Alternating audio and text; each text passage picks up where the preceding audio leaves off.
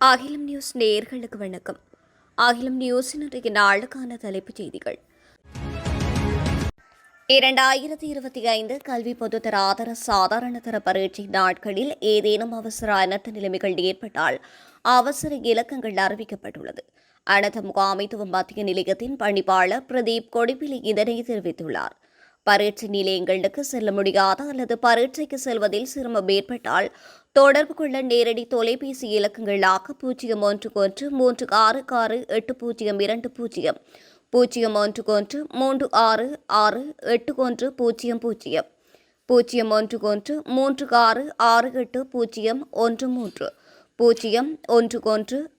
0113666800 போன்ற எண்களை அறிமுகப்படுத்தியுள்ளது. முச்சக்கர வண்டி ஒன்று தீப்பற்றி எரிந்த சம்பவம் வடமராட்சியில் இடம்பெற்றுள்ளது. பயணிகளை ஏற்றிக் கொண்டு சென்ற முச்சக்கர வண்டியின் இயந்திரத்தில் ஏற்பட்ட கோளாறு காரணமாக திடீரென்று தீப்பற்றி எரிந்துள்ளது. இதில் பயணித்துக் கொண்டிருந்த பயணிகளும் சாரதிகளும் தெய்வாதீனமாக காப்பாற்றப்பட்டுள்ள நிலையில் பாதையில் சென்று கொண்டிருந்தவர்கள் முச்சக்கர வண்டியின் தீப்பரவலை கட்டுப்படுத்தி ஓரளவு பாதுகாத்துள்ளனர்.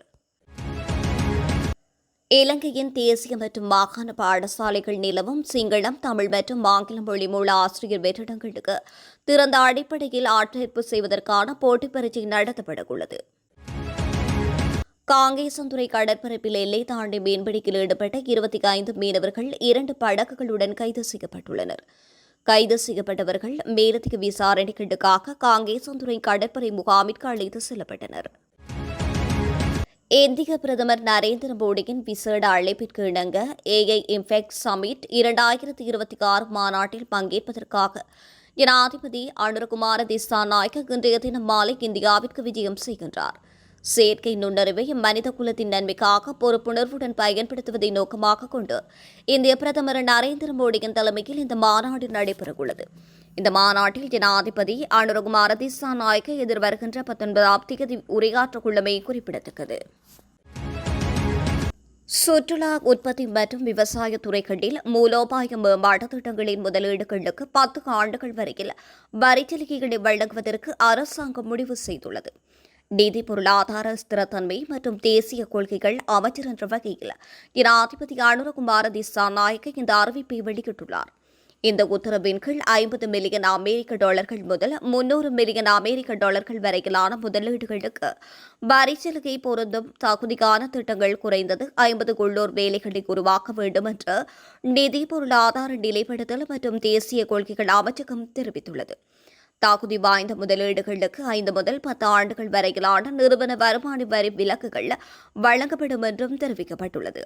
திட்டங்களுக்கு தேவையான மூலதன பொருட்கள் மற்றும் கட்டுமான பொருட்களை இறக்குமதி செய்வதற்கும் வரிச்சலுகைகள் பொருந்தும் என்று அமைச்சகம் தெரிவித்துள்ளது.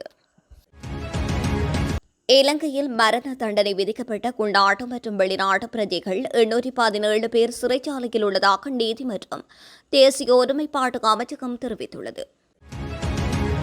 3 வயது சிறுமி கொடூரமாக தாக்கப்பட்டு கொல்லப்பட்ட சம்பவம் தொடர்பில் அவரது தாயார் கைது செய்யப்பட்டுள்ளார்.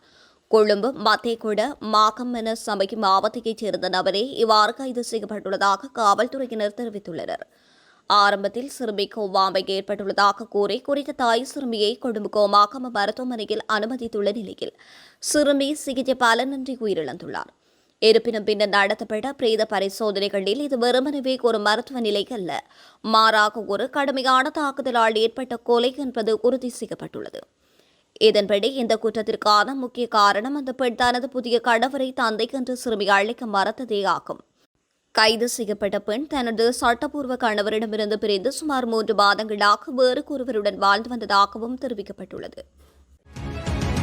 தெற்கு வங்காள விரிகுடாவில் காற்றுச் சுழற்சி ஒன்று உருவாகியுள்ளதால் இனிவரும் நாட்களில் அது தாழ்முகமாக மாறி வடக்கு வடமேற்கு திசை நோக்கி நகரும் என்று வானிலை ஆய்வாளர் பேராசிரியர் நாகமுத்து பிரதீபராஜா தெரிவித்துள்ளார்.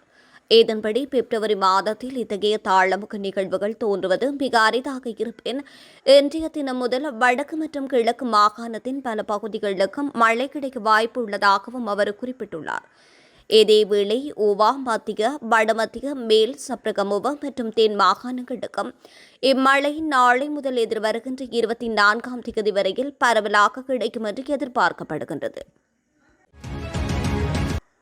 வாகன இறக்குமதி மீதான வரி உயர்வு தொடர்பான சமீபத்திய கூற்றுகள் பொதுமக்களிடையே அச்சத்தை ஏற்படுத்த விற்பனையாளர்கள் பயன்படுத்தும் தவறான தந்திரோபாயங்கள் என்று தொழில் அமைச்சர் மற்றும் நிதி திட்டமிடல் பிரதி அமைச்சர் அனில் ஜாந்த தெரிவித்துள்ளார்.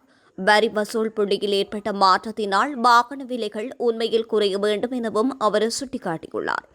எனவே விலைகள் அதிகரிக்கும் என்று கூறுவதன் மூலம் சமூகத்தில் பயம் உருவாக்கப்படுகின்றது. இத்தகைய கூற்றுக்களை விற்பனை தந்திரமாக பயன்படுத்த முடியும். பொதுமக்கள் ஏமாற்றப்படக்கூடாது என்பதை நான் விரும்புகின்றேன். உண்மைகளை அறிந்து கொள்ளுங்கள் என்று அவர் தெரிவித்துள்ளார். எதிர்வருகின்ற பிப்ரவரி 18ஆம் தேதி முதல் சுகாதார தரவுகளை வெளியிடுவதிலிருந்து விலகுவதாக அரசு மருத்துவ அதிகாரிகள் சங்கம் அறிவித்துள்ளது. அரசாங்கம் தனது கவலைகளுக்கு போதுமான பதிலை வழங்க தவறிவிட்டதாக கூறி தொடர்ந்து வருகின்ற தொழிற்சங்க நடவடிக்கையை தீவிரப்படுத்த முடிவு செய்துள்ளதாக அச்சங்கம் தெரிவித்துள்ளது.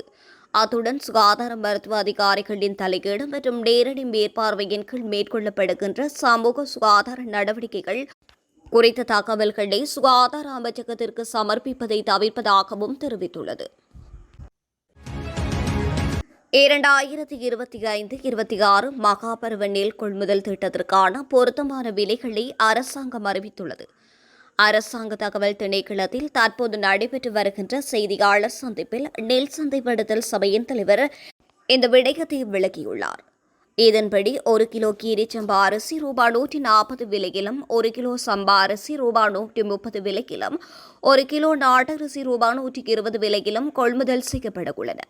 இதேவேளை இந்த ஆண்டு நெற் கொள்வனவிற்காக 10 பில்லியன் ரூபாய் ஒதுக்கப்பட்டுள்ளதாகவும் நெல் சந்தைப்படுத்தல் சபையின் தலைவர் தெரிவித்துள்ளார். யாழ்ப்பாணம் கோப்பாய் பிரிவுக்குட்பட்ட பகுதியில் பிரச்சினையில் ஒருவர் அடித்து கொலை செய்யப்பட்டுள்ளார். குறித்த சம்பவம் நேற்றைய தினம் பிற்பகல் இடம்பெற்றுள்ளது. இவ்வாறு உயிரிழந்தவர் கோப்பாய் ஆசிரிய கலாசாலை வீதியில் வசிக்கும் 59 வயதான செல்லத்துறை செல்வரஞ்சன் என்பவர் என்று தெரிவிக்கப்பட்டுள்ளது. போக்குவரத்து பாதை தொடர்பாக ஏற்பட்ட வாய் தர்க்கம் பின்னர் கைகலப்பாக மாறியுள்ளது. இதன்போது மேற்கொள்ளப்பட்ட தாக்குதலில் மேற்படி நபர் மண்வெட்டியால் தாக்கப்பட்டு சம்பவ இடத்திலேயே உயிரிழந்துள்ளார். சம்பவம் தொடர்பில் கோப்பாய் போலீசார் சம்பவ இடத்திற்கு சென்று விசாரணைகளை முன்னெடுத்துள்ளதுடன் தாக்குதலாளிகள் 3வரையும் அடையாளம் கண்டுள்ளதாகவும் அவர்களை கைது செய்ய நடவடிக்கை எடுத்துள்ளதாகவும் போலீசார் தெரிவித்துள்ளனர். போலீஸ் மா அதிபரின் விசேட அறிவுறுத்தலுக்கு அமைய நேற்றைய தினம் நாடு தழுவிய ரீதியில் முன்னெடுக்கப்பட்ட சுற்றிவளைப்பு நடவடிக்கைகளின் போது 1000க்கும் மேற்பட்டோர் கைது செய்யப்பட்டுள்ளனர் என்று போலீசார் தெரிவித்துள்ளனர். குறித்த சுற்றிவளைப்பின் போது சுமார் 31,525 பேர் சோதனைக்குட்படுத்தப்பட்டனர். இவர்களில் பல்வேறு குற்றச்செயல்களுடன் நேரடியாக தொடர்புடைய 20 பேர் அடையாளம் காணப்பட்டு கைது செய்யப்பட்டுள்ளமை குறிப்பிடத்தக்கது. ஆக்குரைகுட பகுதியில் சட்டத்தரணி மற்றும் அவரது மனைவி படுகொலை செய்யப்பட்ட சம்பவத்திற்கு உதவியமை மற்றும் உடந்தையாக இருந்த குற்றச்சாட்டில் 2 கைது செய்யப்பட்டுள்ளதாக தெரிவிக்கப்பட்டுள்ளது. சம்பவம் தொடர்பில் சகோதரர்கள் 2 கைதாகியுள்ளதாகவும் குறிப்பிட்டுள்ளனர். இவர்கள் கொட்டாவையில் வைத்து மேல் மாகாண தெற்கு குற்றத்தடுப்பு பிரிவினரால் கைது செய்யப்பட்டமை குறிப்பிடத்தக்கது. இத்துடன் அகிலம் நியூஸின் இன்றைய நாளுக்கான தலைப்புச் செய்திகள் நிறைவடைகின்றன. தொடர்ந்து உடனுக்குடன் செய்திகளை பெற்றுக்கொள்ள அகிலம் நியூஸுடன் இணைந்திருங்கள். நன்றி, வணக்கம்.